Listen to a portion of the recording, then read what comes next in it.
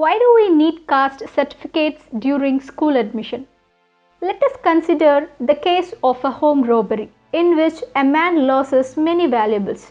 When he files a police complaint, the police would certainly record his name and address so that they could return the stolen things to him whenever they are recovered. In the same way, in case of the reservation policy, it becomes necessary to identify those who have lost their rights for thousands of years so that the same people could be compensated. Doesn't the enquiry of caste certificates in schools help casteism grow? The places we are born and live are divided based on caste.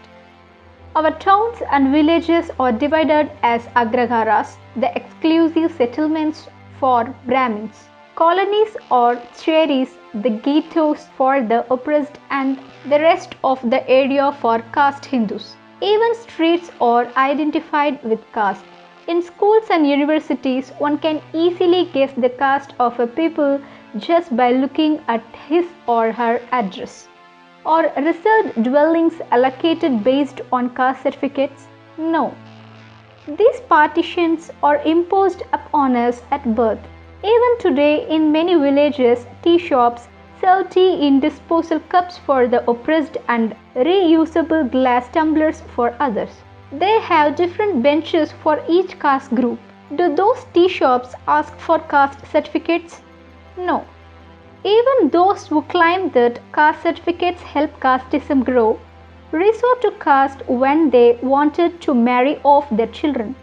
Do they not ask for brides or grooms from their own caste?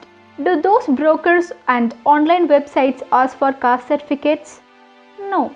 A man doesn't get any reprieve from caste even after his death.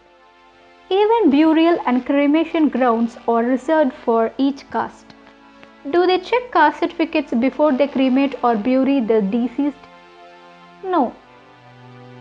Thus, right from our birth until our last journey to the grave, caste is thrusted upon us without any enquiry or caste certificate.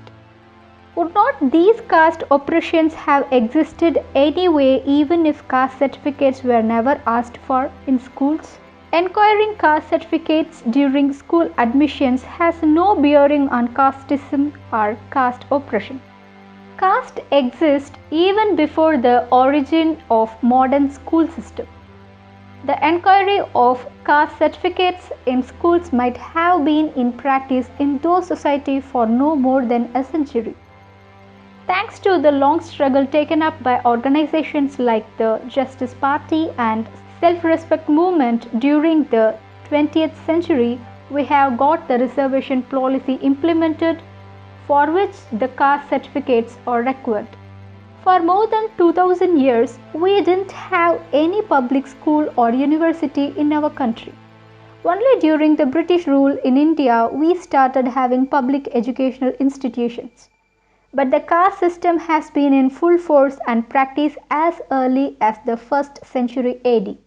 If it's so, what has developed and maintained the caste system in India for the last 2000 years? During the time of kings, when there were no schools and no caste certificates, how did the caste system grow? Only to permit such reasoning, the Brahminical media and the others who lack historical knowledge and understanding falsely project the practice of the enquiry of caste certificate in schools as the main issue. Ban Avani Avidita Malyas, Yajurveda, Upakarma and other caste festivals. Every year, Brahmins hold a ritual celebration called Avani Aviditam, Yajurveda Upakarma.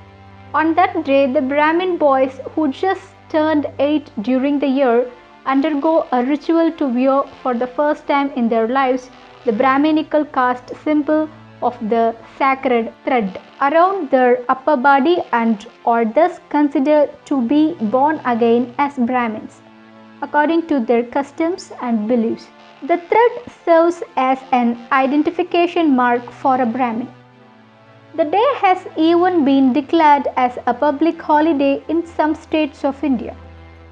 Hence, a celebration whose main purpose is to let people openly declare their caste to the world has not been criticized by anyone but is rather glorified and declared as a public holiday. The pseudo-intellectuals from the cinema world, the press and TV who wonder how caste would be annihilated if we continued to ask for caste certificates in schools never ask a Brahmin how caste system would go away if they continue to wear the thread that visibly identifies them to their caste and differentiates them from others. Has anyone uttered a word about why such a casteist celebration has been declared as a public holiday? Many casteist festivals in the rural areas play a vital role in provoking caste communal riots. For instance, in the southern districts of Tamil Nadu in September, a festival called Pasumpon Devar's Guru Puja is celebrated by a specific caste, which invariably leads to intercaste violence. The courts have been ordering the imposition of curfew to prevent riots year after year.